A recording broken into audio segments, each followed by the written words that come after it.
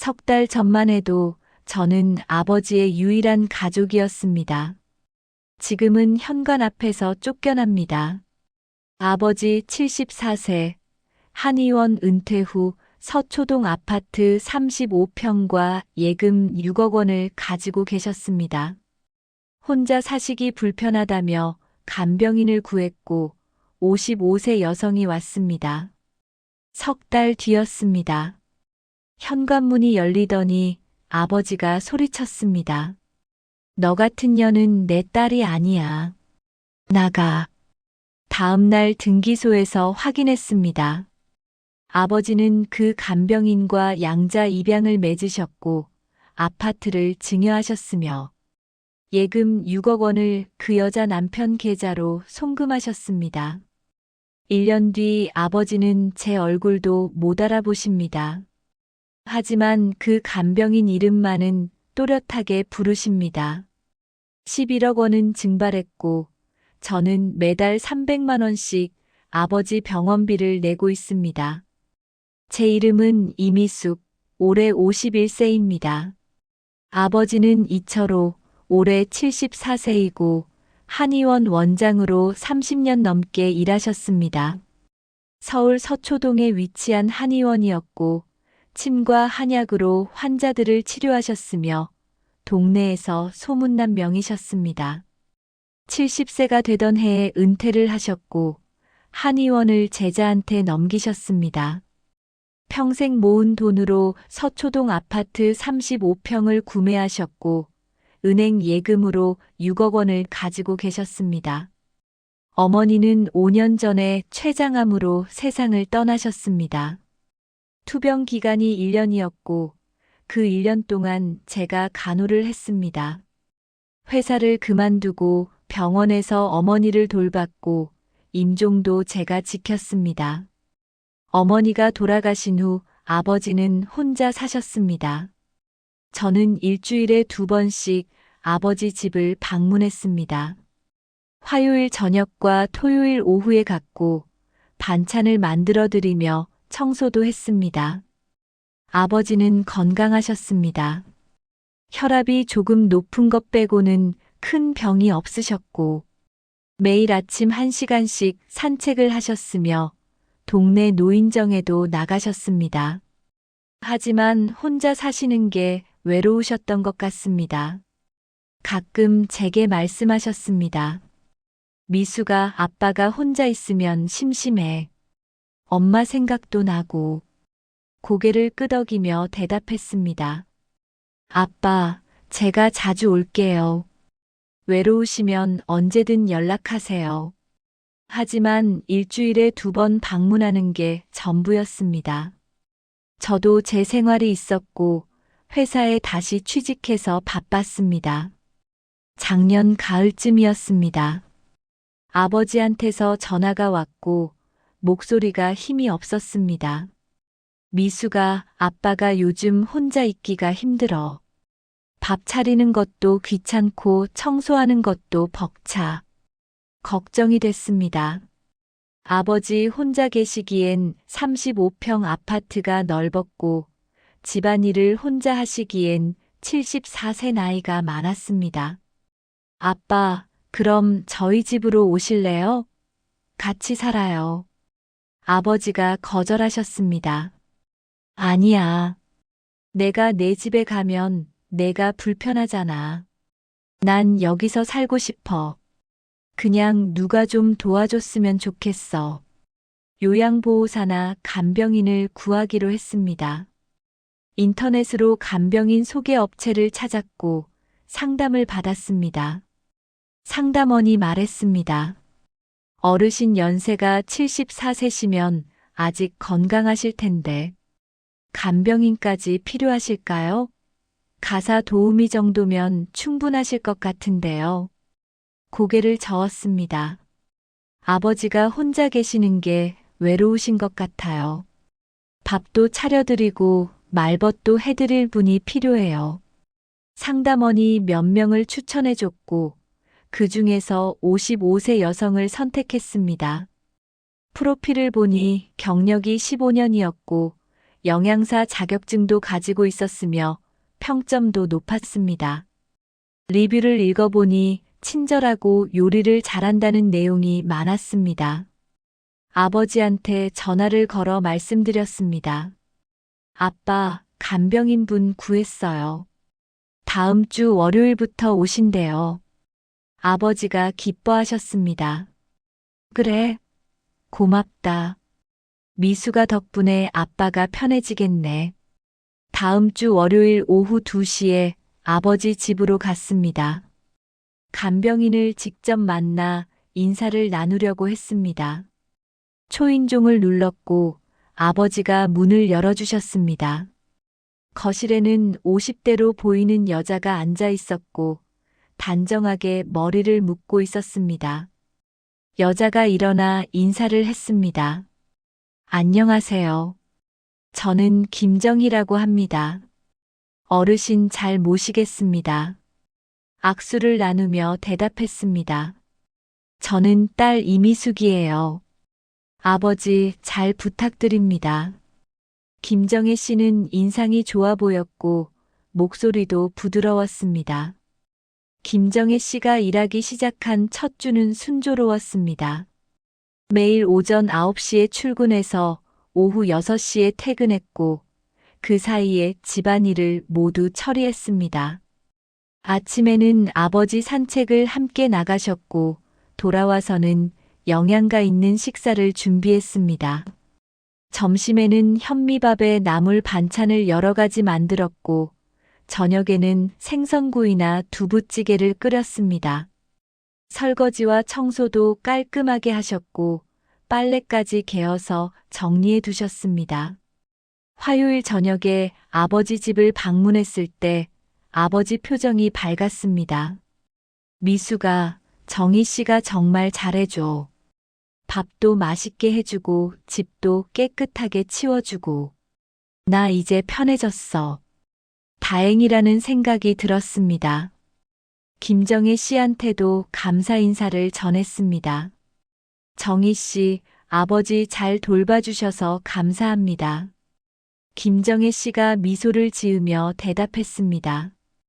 당연한 일이에요. 어르신이 워낙 좋으신 분이라 제가 더 편해요. 2주가 지나고 3주가 지났습니다. 제 방문 횟수가 줄어들었습니다. 일주일에 2번 가던 것을 일주일에 1번으로 줄였습니다. 김정혜 씨가 모든 걸 처리해 주시니 제가 굳이 자주 갈 필요가 없었습니다. 회사 일도 바빴고 주말에는 쉬고 싶었습니다. 아버지도 이해하셨습니다. 미수가, 내가 바쁜 거 아니까 자주 올 필요 없어. 정희 씨가 있으니까 괜찮아. 한 달이 지났습니다. 토요일 오후에 아버지 집을 방문했는데 분위기가 달라져 있었습니다. 거실에 새 소파가 놓여 있었고 벽에는 그림도 걸려 있었습니다. 아버지가 설명하셨습니다. 정희 씨가 인테리어를 좀 바꾸자고 해서 같이 쇼핑 갔어. 소파도 새로 샀고 그림도 샀어. 어때, 예쁘지? 고개를 끄덕였지만 마음 한편이 불편했습니다. 간병인이 인테리어까지 신경 쓰는 게 조금 이상하다는 생각이 들었습니다. 하지만 아버지가 좋아하시니 괜찮다고 생각했습니다. 2달째가 됐습니다. 아버지 건강이 더 좋아지신 것 같았습니다. 얼굴에 혈색이 돌았고 목소리도 힘이 있었습니다. 전화 통화를 할 때마다 기분이 좋아 보이셨습니다. 미수가, 아빠 요즘 정말 좋아. 정희 씨가 매일 약선 요리를 해줘서 몸이 가벼워졌어. 감사했습니다. 좋은 간병인을 만난 것 같아서 안심이 됐습니다. 3달째가 되던 어느 날이었습니다. 회사에서 일하고 있는데 아버지한테서 전화가 왔습니다. 목소리가 차가웠습니다. 미수가 이번 주말에 오지 마. 바쁘니까? 어리둥절했습니다. 아버지는 제가 오는 걸 항상 반가워 하셨는데 갑자기 오지 말라는 말씀을 하신 것이었습니다. 아빠, 무슨 일 있어요? 제가 뭘 잘못했어요? 아버지가 짜증 섞인 목소리로 대답하셨습니다. 아니야. 그냥 요즘 내가 와도 정희 씨한테만 이것저것 시키잖아. 정희 씨가 힘들어해. 황당했습니다. 저는 김정혜 씨한테 뭘 시킨 적이 없었습니다. 오히려 감사하다고 인사만 했을 뿐이었습니다. 아빠, 제가 정희 씨한테 뭘 시켰다고요? 아버지가 전화를 끊어버렸습니다. 불안한 느낌이 들었습니다. 그날 저녁 김정혜 씨한테 전화를 걸었습니다. 정희 씨, 제가 뭘 잘못했나요? 아버지가 이번 주말에 오지 말래요. 김정혜 씨 목소리는 여전히 부드러웠습니다. 아니에요. 딸분이 잘못하신 건 없어요. 어르신이 요즘 예민하셔서 그래요. 혼자 계실 시간이 필요하신가 봐요. 이해가 안 됐지만 일단 그 주말에는 방문하지 않았습니다. 석 달째 이후로 아버지와 통화가 점점 줄어들었습니다. 제가 전화를 걸어도 받지 않으실 때가 많았고 받으셔도 통화가 짧았습니다. 미수가 아빠 바빠? 나중에 다시 전화할게. 그러고는 전화가 오지 않았습니다. 일주일에 한 번씩 전화를 드렸지만 통화 시간이 5분도 안 됐습니다.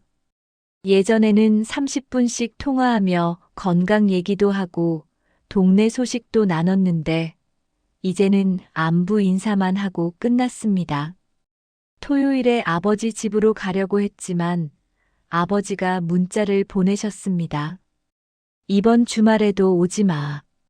아빠가 피곤해. 불안감이 커졌습니다. 일요일에도 같은 문자가 왔고 월요일에도 전화를 받지 않으셨습니다. 김정혜 씨한테 전화를 걸었습니다. 정희 씨, 아버지 상태가 어때요? 요즘 통화도 잘 안 하시고 만나지도 못하고 있어서 걱정돼요. 김정혜 씨가 대답했습니다. 어르신은 괜찮으세요. 그런데 요즘 딸분 얘기를 하시면서 좀 속상해 하세요. 제가 놀라 물었습니다. 제 얘기요? 무슨 얘기를 하시는데요? 김정혜 씨가 조심스럽게 말했습니다. 딸분이 아파트를 팔아서 돈을 나눠 가지자고 했다고 하시더라고요. 그래서 어르신이 서운해 하세요. 요양원 보내려고 한다는 말씀도 하시고요. 기가 막혔습니다. 저는 그런 말을 한 적이 없었습니다. 한 번도 아버지 재산 얘기를 꺼낸 적이 없었고, 아파트를 팔자고 한 적도 없었으며, 요양원 얘기는 꿈에도 하지 않았습니다. 정희 씨, 그건 오해예요. 저는 그런 말 한 적 없어요. 누가 그런 거짓말을 한 거예요? 김정혜 씨가 말했습니다. 어르신이 직접 말씀하셨는데요. 제가 거짓말할 이유가 없잖아요. 딸분이 어르신 재산에 관심이 많으시다고 하시던데요. 가슴이 답답했습니다. 전화를 끊고 바로 아버지한테 전화를 걸었습니다. 다행히 받으셨습니다. 아빠, 제가 언제 아파트 팔자고 했어요? 그런 말 한 적 없잖아요. 요양원 얘기도 안 했고요. 아버지 목소리가 차갑게 식어 있었습니다. 내가 그랬잖아.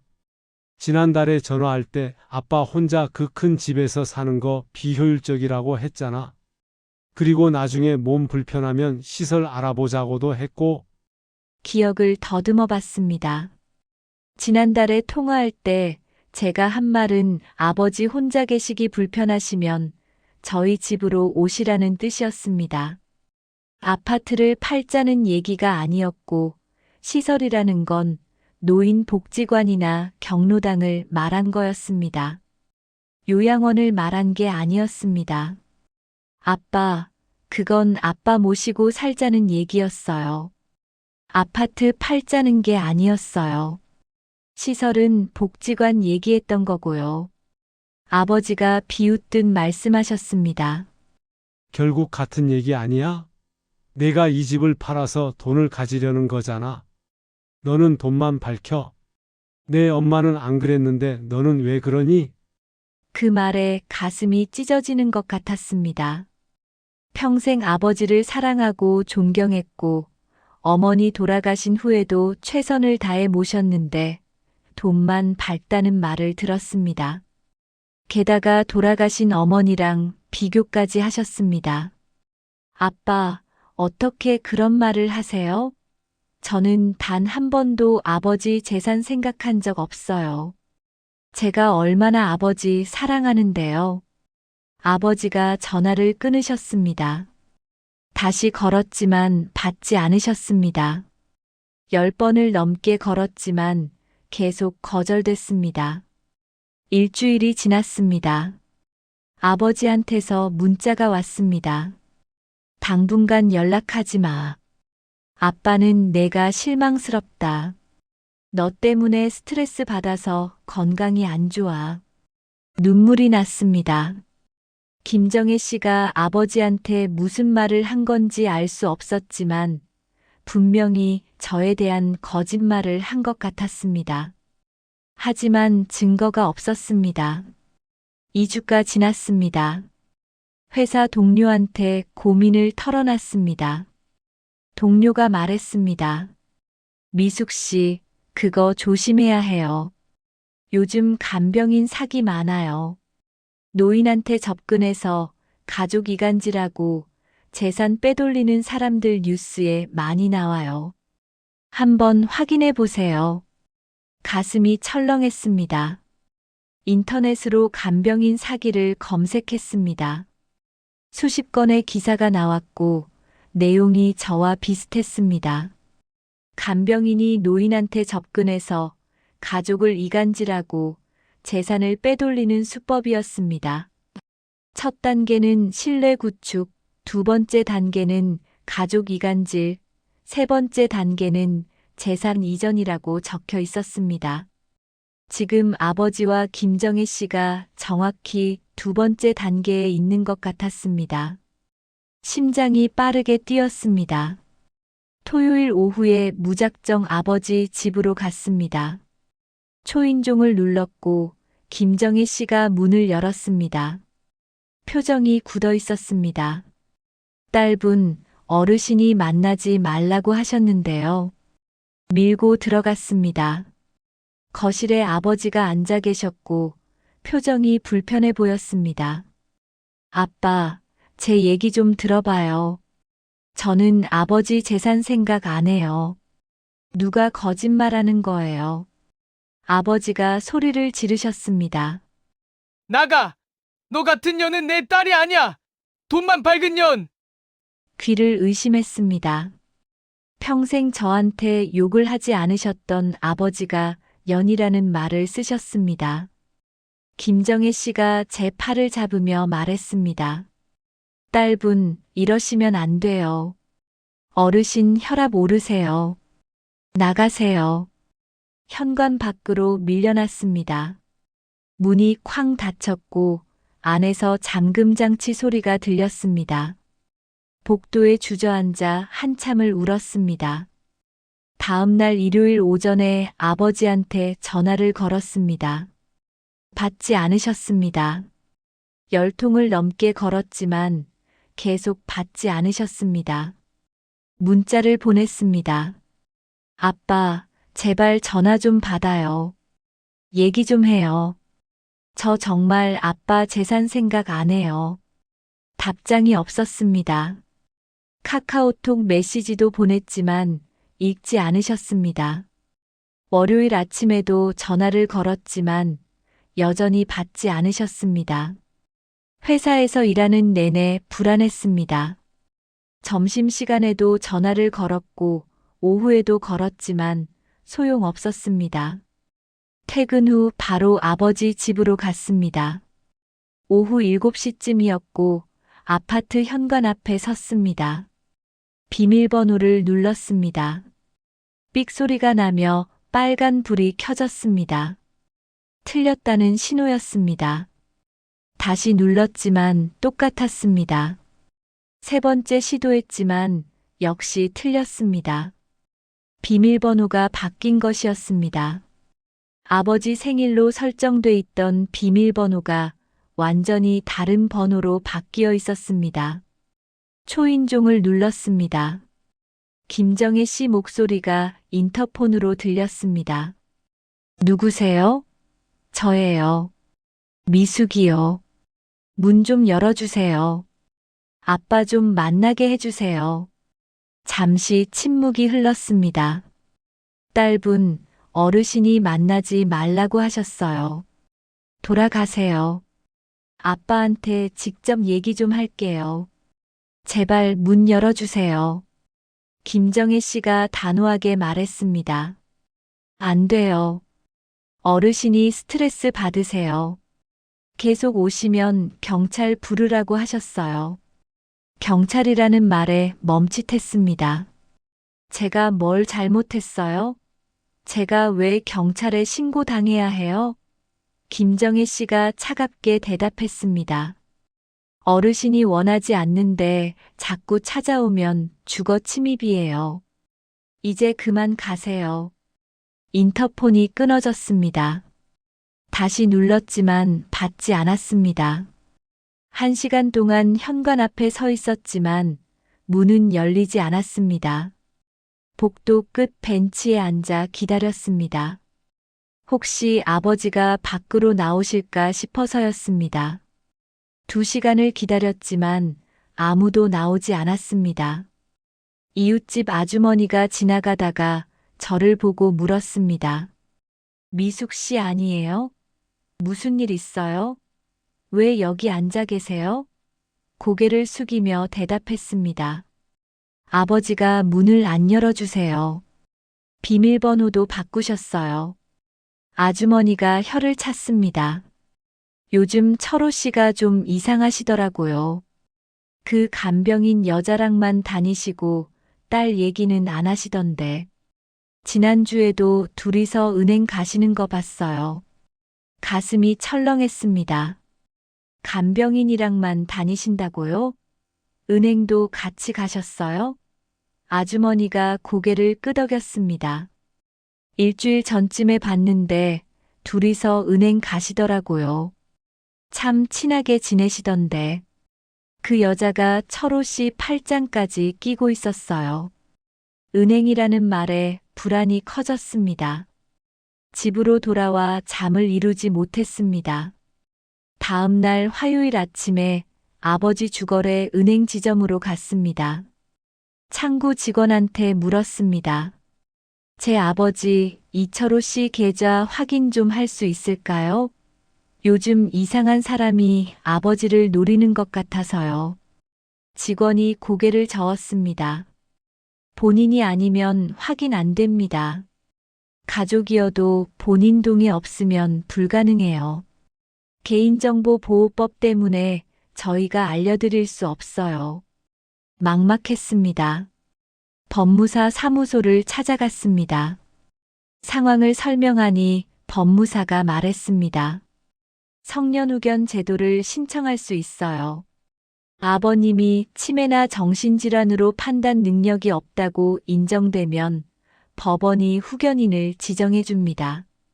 그러면 재산 관리를 하실 수 있어요. 하지만 아버지는 치매가 아니었습니다. 건강하셨고 정신도 멀쩡하셨습니다. 다만 김정혜 씨한테 속고 계실 뿐이었습니다. 법무사가 말했습니다. 그럼 어렵습니다. 본인이 원하지 않으면 가족이라도 재산을 확인하거나 관리할 수 없어요. 우리나라 법이 그래요. 2주가 지났습니다. 아버지한테서 등기우편이 왔습니다. 손이 떨렸습니다. 봉투를 뜯었고 서류가 들어 있었습니다. 내용 증명이었습니다. 이미숙에게 통보함. 본인 이철호는 딸 이미숙의 주거 침입 및 재산 침해 시도에 대하여 법적 조치를 취할 것임.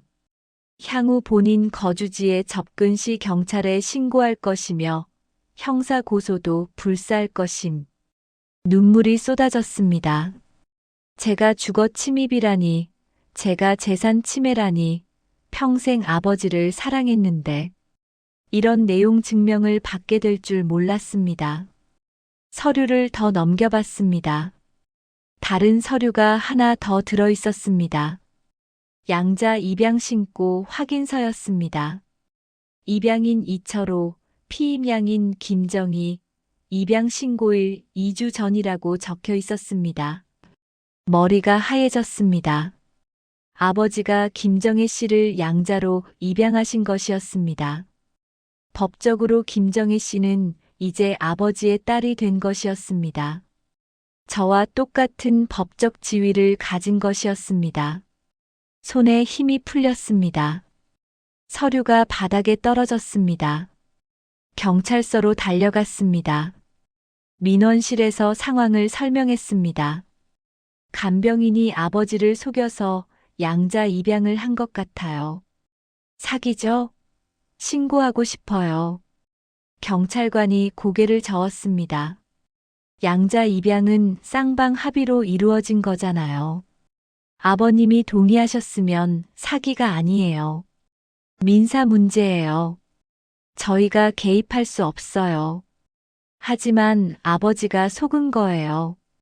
경찰관이 한숨을 쉬었습니다. 그래도 본인이 서명하고 도장 찍으셨으면 저희가 할 수 있는 게 없어요. 변호사랑 상담하세요. 변호사 사무소를 찾아갔습니다. 상담료 30만 원을 내고 40대 남자 변호사를 만났습니다. 지금까지의 상황을 전부 설명했습니다. 간병인이 아버지를 속여서 양자 입양을 했고 제가 집에 출입도 못하고 있다고 말했습니다. 변호사가 서류를 검토하며 말했습니다. 양자 입양 무효 소송을 할 수 있습니다. 하지만 아버님이 정신이 멀쩡하시고 자발적으로 서명하셨다면 이기기 어렵습니다. 사기나 강박이 있었다는 걸 입증해야 하는데 증거가 있으세요? 고개를 저었습니다. 증거가 없었습니다. 김정혜 씨가 아버지한테 뭐라고 말했는지 녹음도 없고 목격자도 없었습니다. 변호사가 계속 말했습니다. 그럼 아버님 재산 상태부터 확인하셔야 해요. 등기부등본이랑 금융거래 내역을 확인해 보세요. 재산이 빠져나가고 있으면 증거가 될 수 있습니다. 등기소로 갔습니다. 아버지 아파트 등기부등본을 발급받았습니다. 손이 떨렸습니다. 서류를 펼쳤습니다. 소유자란에 이철호라는 이름이 그대로 있었습니다. 안도의 한숨을 쉬었습니다. 아직 명의는 안 바뀐 것이었습니다. 하지만 하단에 신청 중인 등기 사항이라는 란이 있었습니다. 소유권 이전 신청 중, 신청인 이철호, 수령인 김정희, 신청일 1주 전이라고 적혀 있었습니다. 현재 심사 중이었습니다. 머리가 어지러웠습니다. 아버지가 아파트를 김정혜 씨한테 넘기려 하고 계셨습니다. 서초동 35평 아파트 시세가 8억 원 정도였습니다. 은행으로 달려갔습니다. 아버지 주거래 은행 지점이었고 지점장을 만나고 싶다고 했습니다. 직원이 안내했고 지점장실로 들어갔습니다. 50대 여자 지점장이 앉아 있었습니다. 무슨 일로 오셨어요? 아버지, 계좌 확인 좀 하고 싶어요. 아버지가 이철호인데 요즘 이상한 사람한테 속고 계신 것 같아요. 지점장이 난처한 표정을 지었습니다. 고객 정보는 본인 아니면 확인 못 드려요. 가족이어도 안 돼요. 제발요. 아버지 재산이 빠져나가고 있을 것 같아요. 지점장이 잠시 고민하더니 조심스럽게 말했습니다. 제가 직접 말씀은 못 드리는데요. 최근에 이철호 고객님이 대금 인출을 여러 번 하셨어요. 가슴이 철렁했습니다. 얼마나 인출하셨어요? 지점장이 고개를 저었습니다. 그건 말씀 못 드려요. 하지만 금액이 크셔서 저희도 확인 전화를 드렸는데 본인이 맞다고 하셔서 처리했어요. 최근이 언제예요? 지점장이 대답했습니다. 한 달 전부터요. 한 달 전이면 제가 아버지한테 쫓겨난 직후였습니다. 집으로 돌아와 인터넷으로 검색했습니다. 가족 몰래 재산 확인하는 방법이라고 검색했고 여러 정보가 나왔습니다. 하지만 대부분 불가능하다는 내용이었습니다. 본인 동의 없이는 가족도 확인할 수 없다고 나와 있었습니다. 3주가 지났습니다. 아버지 집 근처를 몇 번이나 배회했지만 현관문 앞까지만 갔다가 돌아왔습니다. 내용 증명에 경찰 신고하겠다고 적혀 있었기 때문에 무서웠습니다. 어느 토요일 오후였습니다. 멀리서 아버지 아파트를 지켜보고 있었습니다. 아파트 현관에서 아버지가 나오셨습니다. 옆에 김정혜 씨가 있었고 60대로 보이는 남자도 함께 있었습니다. 남자는 정장을 입고 있었고 서류 가방을 들고 있었습니다. 셋이서 택시를 타고 어딘가로 갔습니다. 택시를 따라갔습니다. 제 차로 뒤를 쫓았고 택시는 강남역 근처 카페 앞에 멈췄습니다. 세 사람이 내려서 카페로 들어갔습니다. 저도 카페에 들어가 구석 자리에 앉았습니다. 아버지 일행은 창가 자리에 앉았고 그 남자가 서류를 꺼내 보여주고 있었습니다. 아버지가 고개를 끄덕이며 듣고 계셨고 김정희 씨는 옆에서 웃으며 거들고 있었습니다. 1시간 정도 지나자 아버지가 서류에 서명을 하셨습니다. 그 남자가 봉투를 꺼내 아버지한테 건넸고 아버지가 받아 김정혜 씨한테 넘기셨습니다. 세 사람이 카페를 나갔습니다. 다시 택시를 타고 은행으로 갔습니다. 은행 앞에서 기다렸고 30분 후에 나왔습니다. 아버지 표정이 밝았고 김정혜 씨와 그 남자가 만족스러운 얼굴이었습니다. 택시를 타고 아파트로 돌아갔습니다. 불안이 커졌습니다. 그 남자가 누구인지 알아내야 했습니다. 다음 주 월요일에 사설탐정 사무소를 찾아갔습니다. 상담료 20만 원을 내고 탐정을 만났습니다.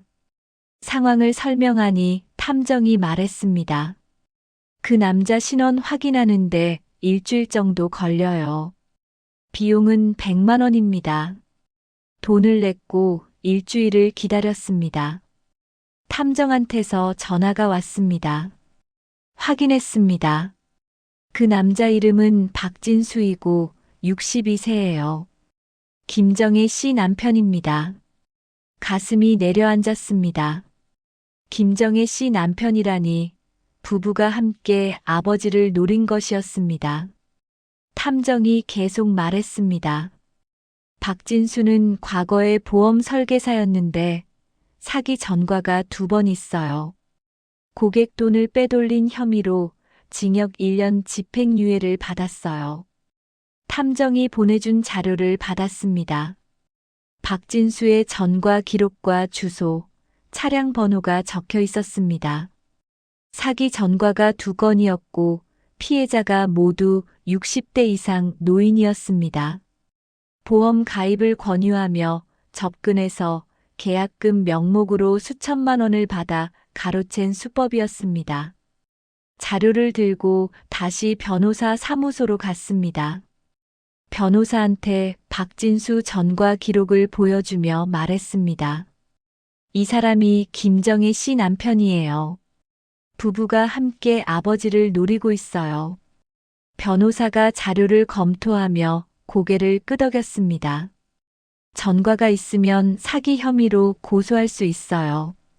하지만 먼저 재산 피해 규모를 확인해야 해요. 등기부등본이랑 금융거래 내역을 확보하세요. 등기소로 다시 갔습니다. 일주일 전에 신청 중이던 소유권 이전 등기가 어떻게 됐는지 확인하려고 했습니다. 새로운 등기부등본을 발급받았습니다. 손이 떨렸습니다. 소유자란을 봤습니다. 이철호라는 이름이 사라져 있었습니다. 대신 김정희라는 이름이 적혀 있었습니다. 소유권 이전 등기 완료, 등기 원인 증여, 접수일 사흘 전이라고 나와 있었습니다. 아버지가 8억 원짜리 아파트를 김정희 씨한테 증여하신 것이었습니다. 무릎에 힘이 풀려서 등기소 의자에 주저앉았습니다. 직원이 다가와 물었습니다. 괜찮으세요? 고개를 저었습니다. 괜찮지 않았습니다. 아버지 평생 재산이 석 달 만에 간병인한테 넘어간 것이었습니다. 은행으로 갔습니다. 이번에는 법원에 가압류 신청을 하려고 변호사가 작성해준 서류를 들고 갔습니다. 지점장한테 다시 부탁했습니다. 제발 아버지 계좌 확인 좀 해주세요. 법적 조치 준비하고 있어요. 지점장이 난처해하다가 작은 목소리로 말했습니다. 이철호 고객님 계좌에 잔액이 거의 없어요. 한 달 전부터 여러 번 인출하셔서 지금은 50만 원 정도만 남아 있어요. 머리가 하얘졌습니다. 6억 원이 있던 예금 계좌에 50만 원만 남았다는 것이었습니다. 6억 원이 어디로 갔어요? 지점장이 대답했습니다. 본인이 직접 인출하셨어요. 현금으로 3억 원 인출하시고 나머지는 타행 계좌로 이체하셨어요. 타행 계좌 명의가 누구예요? 지점장이 잠시 망설이다가 말했습니다. 박진수 씨예요. 가슴이 무너져 내렸습니다. 아버지가 박진수 계좌로 3억 원을 이체하신 것이었습니다. 지점장이 조심스럽게 말했습니다. 그리고 한 가지 더 알려드릴 게 있어요. 이철호 고객님이 한 달 전에 아파트 담보 대출을 실행하셨어요. 대출 금액이 3억 원이에요. 심장이 멎는 것 같았습니다. 아파트 명의를 김정혜 씨한테 넘기기 전에 담보 대출을 받으신 것이었습니다. 그 대출금도 어디로 갔나요? 지점장이 대답했습니다. 박진수 씨 계좌로 전액 이체됐어요. 계산을 해봤습니다. 아파트 시세 8억 원, 예금 6억 원, 아파트 담보 대출 3억 원, 합계 17억 원이었습니다. 그 중에 아파트는 김정혜 씨 명의가 됐고 예금 6억 원과 대출 3억 원은 박진수 계좌로 갔으니 총 17억 원 재산이 부부한테 넘어간 것이었습니다. 아니, 정확하게는 아파트에 대출 3억 원이 담보로 잡혀 있으니까 김정혜 씨가 가진 건 순수 아파트 가치 5억 원이고 박진수가 가진 게 9억 원이었습니다. 하지만 어차피 부부니까 합치면 14억 원이고 아버지는 담보대출 3억 원 빚만 남으신 것이었습니다. 잠깐 계산을 다시 했습니다. 아파트 시세 8억 원에서 담보대출 3억 원을 빼면 5억 원, 예금 6억 원 합쳐서 11억 원이 순수 재산이었습니다. 그 11억 원이 김정희 박진수 부부한테 넘어간 것이었습니다. 은행을 나와 차에 앉았습니다. 시동을 걸지 못하고 한참을 멍하니 앉아 있었습니다. 핸드폰이 울렸습니다. 아버지한테서 온 문자였습니다.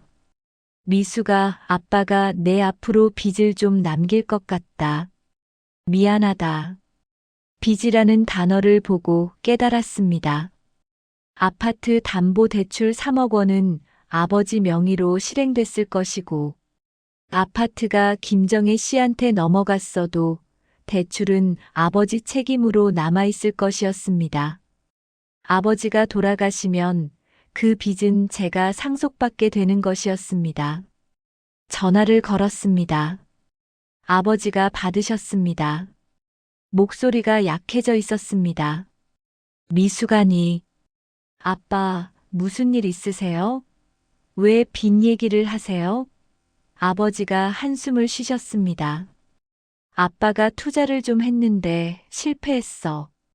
돈을 많이 잃었어. 어떤 투자요? 아버지가 대답하셨습니다. 정희 남편이 좋은 투자처가 있다고 해서 돈을 좀 맡겼어. 근데 그게 다 사라졌어. 아버지한테 물었습니다. 투자금이 얼마예요? 아버지가 작은 목소리로 대답하셨습니다. 9억 원이야. 숨이 막혔습니다. 9억 원이면 예금 6억 원과 담보대출 3억 원을 합친 금액이었습니다. 전부 박진수한테 넘어간 것이었습니다. 아빠, 그 돈 어디 투자했어요? 아버지가 말씀하셨습니다. 부동산 개발 사업이래. 정희 남편이 3개월 후에 2배로 돌려준다고 했어. 근데 사업이 무산됐대. 거짓말이라는 걸 알았습니다. 박진수가 처음부터 돈을 가로챌 목적이었고 부동산 개발 사업은 핑계였을 것입니다. 아빠, 계약서 있어요? 아버지가 대답하셨습니다. 있어. 정희한테 맡겨뒀어. 전화를 끊고 바로 변호사한테 전화를 걸었습니다. 상황을 설명하니 변호사가 말했습니다. 사기 혐의로 형사 고소하세요. 박진수 전과 기록이 있으니 경찰이 수사할 겁니다. 계약서 확보하고 증거 모으세요. 다음 날 경찰서로 갔습니다. 수사과에서 고소장을 작성했습니다. 피고소인 박진수, 김정희, 혐의 사기, 피해 금액 9억 원이라고 적었습니다. 경찰관이 물었습니다. 피해자가 누구예요? 제 아버지 이철호예요. 74세이시고 간병인한테 속아서 돈을 빼앗겼어요. 경찰관이 고개를 끄덕였습니다. 피해자 본인이 직접 고소해야 하는데 가능하세요? 난처했습니다. 아버지는 김정혜 씨를 여전히 믿고 계셨고 저랑 통화도 거의 안 하셨습니다. 제가 대리로 고소할 수는 없나요? 경찰관이 고개를 저었습니다. 형사 고소는 피해자 본인이나 법정 대리인만 가능해요. 성년 후견인이 선임되면 대리 고소 가능하지만 지금은 어려워요.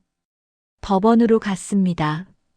성년 후견 신청과 양자 입양 무효 소송을 동시에 준비했습니다. 변호사 선임 비용이 2천만 원이 들었고 제 적금을 해지해서 냈습니다. 한 달이 지났습니다. 법원에서 첫 심리가 열렸습니다. 성년 후견 신청건이었고 판사 앞에 아버지와 김정혜 씨가 앉아 계셨습니다. 저는 청구인 측 자리에 앉았고 변호사가 옆에 있었습니다. 판사가 아버지한테 물었습니다. 이철호 씨 따님이 성년 후견 신청을 했는데 이유를 아십니까? 아버지가 대답하셨습니다. 딸이 제 재산을 빼앗으려고 하는 겁니다. 가슴이 찢어지는 것 같았습니다. 판사가 물었습니다. 본인은 판단 능력에 문제가 없다고 생각하십니까? 아버지가 고개를 끄덕이셨습니다. 전혀 문제 없습니다. 제 돈을 제가 알아서 쓰는데 딸이 간섭하는 겁니다. 저희 변호사가 반박했습니다. 재판장님, 피신청인은 간병인한테 속아서 11억 원 재산을 3개월 만에 잃었습니다. 정상적인 판단이라고 보기 어렵습니다. 김정혜 씨 측 변호사가 일어났습니다. 재판장님, 이철호 씨는 자발적으로 양자 입양을 하셨고 재산을 증여하셨습니다. 사기가 아닙니다. 판사가 아버지한테 물었습니다. 김정혜 씨를 양자로 입양한 이유가 뭡니까? 아버지가 대답하셨습니다. 정희가 저를 잘 돌봐줬습니다. 친딸보다 낫습니다. 친딸은 저를 버렸습니다. 눈물이 났습니다. 제가 아버지를 버렸다고 법정에서 말씀하시는 걸 듣고 있었습니다. 판사가 정신과 감정을 명령했습니다. 2주 후에 아버지는 병원에서 정신과 감정을 받으셨습니다. 결과가 나왔습니다. 경도인지 장애 소견하지만 법률 행위 능력은 있음이라고 적혀 있었습니다. 법원은 성년후견 신청을 기각했습니다. 아버지가 법적으로 판단 능력이 있다고 인정한 것이었습니다. 양자 입양 무효 소송도 패소했습니다. 아버지가 자발적으로 동의했다는 이유였습니다. 박진수 사기건으로 형사 고소를 했습니다. 아버지 동의 없이 제가 고발인으로 신고했고 경찰이 수사를 시작했습니다. 3개월 후 검찰이 박진수를 사기 혐의로 기소했습니다. 증거가 명확했습니다. 박진수가 부동산 개발 사업이라고 속여서 9억 원을 받았지만 실제로는 그런 사업이 존재하지 않았고 돈은 박진수 개인 계좌에서 인출돼서 사라졌습니다. 형사 재판이 시작됐습니다.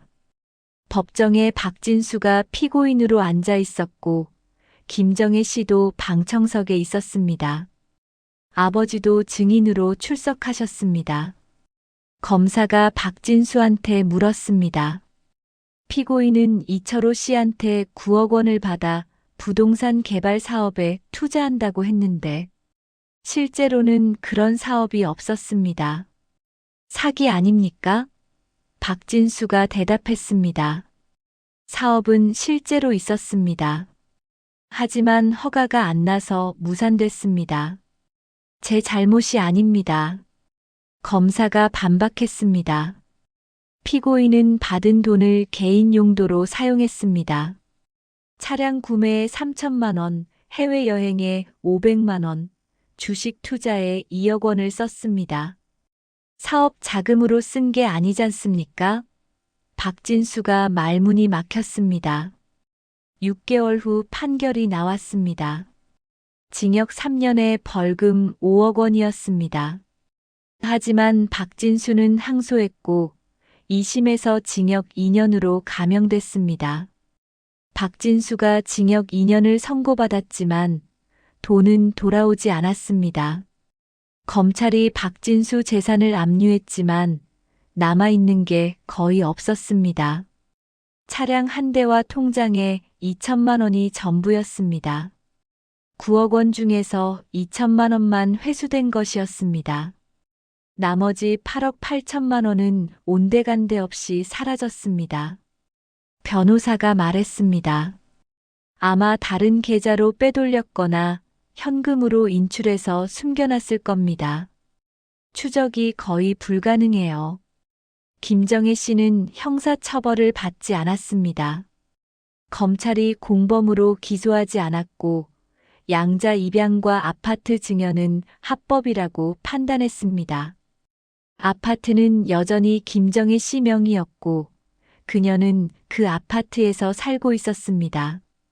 아버지는 김정혜 씨 집에 계셨지만 상태가 나빠지셨습니다. 박진수가 감옥에 간 후 한 달쯤 지나서 아버지한테서 전화가 왔습니다. 목소리가 약하셨습니다. 미수가 아빠가 요즘 머리가 잘 안 돌아가. 자꾸 깜빡깜빡해. 걱정이 됐습니다. 병원 가보셨어요? 아버지가 대답하셨습니다. 정희가 병원 가자고 하는데 귀찮아서 안 갔어. 제가 아버지 집으로 찾아갔습니다. 1년 만이었습니다. 초인종을 눌렀고 김정희 씨가 문을 열었습니다. 표정이 불편해 보였습니다. 뭐 하러 왔어요? 아버지 만나러 왔어요. 병원 모시고 가려고요. 김정혜 씨가 길을 막았습니다. 어르신이 만나기 싫다고 하세요. 밀고 들어갔습니다. 거실에 아버지가 앉아 계셨는데 눈빛이 흐릿했습니다. 아빠, 저예요. 미숙이요. 아버지가 저를 보더니 고개를 갸우뚱하셨습니다. 누구지? 너 누구야? 충격을 받았습니다. 아버지가 저를 못 알아보셨습니다. 1년 만에 치매가 심하게 진행된 것 같았습니다. 강제로 아버지를 모시고 병원으로 갔습니다. 검사 결과 중증 치매 진단을 받으셨습니다. 의사가 말했습니다. 빨리 치료 시작했어야 하는데 늦었어요. 지금은 요양병원 입소를 고려하셔야 합니다. 김정혜 씨한테 전화를 걸었습니다. 아버지, 요양병원 모셔야 해요. 비용같이 부담해요. 김정혜 씨가 차갑게 대답했습니다. 저는 양자일 뿐이에요. 친딸인 당신이 알아서 하세요. 저는 돈 없어요. 황당했습니다. 아파트 8억 원을 가져간 사람이 돈이 없다고 했습니다. 아빠 아파트는요? 그거 팔아서 병원비 내세요. 김정혜 씨가 말했습니다. 그 아파트는 제 거예요. 증여받은 거라고요. 팔 생각 없어요. 법적으로 김정혜 씨 말이 맞았습니다. 증여받은 재산은 그녀 것이었고 아버지 병원비를 낼 의무가 없었습니다. 요양병원을 알아봤습니다. 한 달 비용이 300만 원이었습니다. 제 월급이 450만 원이었고 거기서 300만 원을 내면 150만 원만 남았습니다. 생활비로 부족했지만 어쩔 수 없었습니다. 아버지를 요양병원에 입소시켰습니다. 일주일에 한 번씩 면회를 갔습니다. 아버지는 제 얼굴을 볼 때마다 물어보셨습니다. 누구세요? 저를 아는 분인가요? 가슴이 찢어졌습니다. 어느 날 아버지가 갑자기 물어보셨습니다. 정희는 언제 와? 정희 보고 싶어. 그 순간 깨달았습니다. 아버지는 제 얼굴은 못 알아보시지만 김정희 씨 이름은 기억하고 계셨습니다. 눈물이 났습니다. 1년이 지났습니다. 아파트 담보대출 3억 원은 여전히 아버지 명의로 남아 있었고 매달 이자가 150만 원씩 나갔습니다. 은행에서 연체 경고 문자가 왔고 아버지 명의로 된 빚이니 제가 갚아야 했습니다. 요양병원비 300만 원과 대출 이자 150만 원 합쳐서 450만 원이 매달 나갔습니다. 제 월급이 전부 아버지 병원비와 이자로 사라졌습니다. 제 생활비는 적금을 깨서 썼고 적금이 바닥났습니다. 회사 동료한테 돈을 빌렸고 500만 원 빚이 생겼습니다. 2년이 지났습니다. 아버지는 더 이상 말씀도 하지 못하셨고 침대에만 누워 계셨습니다. 면회를 갈 때마다 손을 잡아드렸지만 아무 반응이 없으셨습니다. 제 인생도 무너졌습니다. 매달 450만 원씩 병원비를 내느라 제 저축은 하나도 없었고 빚은 늘어났습니다. 결혼 계획도 포기했고 친구들 만나는 것도 그만뒀습니다. 모든 게 아버지 병원비로 들어갔습니다. 아버지는 74세에 간병인을 고용하셨습니다. 석 달 만에 제 얼굴을 보고 돈만 밝은 년이라고 하셨습니다. 그 간병인과 양자 입양을 맺으셨고 8억 원짜리 아파트를 증여하셨으며 예금 6억 원을 그 여자 남편한테 투자하셨습니다. 1년 후 아버지는 제 이름을 잊으셨지만 그 간병인 이름만은 또렷하게 기억하셨습니다. 11억 원 재산은 증발했고 3억 원 담보 대출만 남았습니다. 지금 아버지는 요양병원에 계시고 말씀도 못 하십니다. 저는 매달 450만 원씩 병원비와 이자를 내고 있습니다. 제 저축은 바닥났고 빚은 늘어갑니다. 간병인은 아버지 아파트에서 살고 있고 남편은 감옥에 있지만 2년 후면 나옵니다. 돈은 돌아오지 않습니다. 간병인을 고용할 때는 반드시 가족이 함께 관리하세요. 혼자 두면 이렇게 됩니다.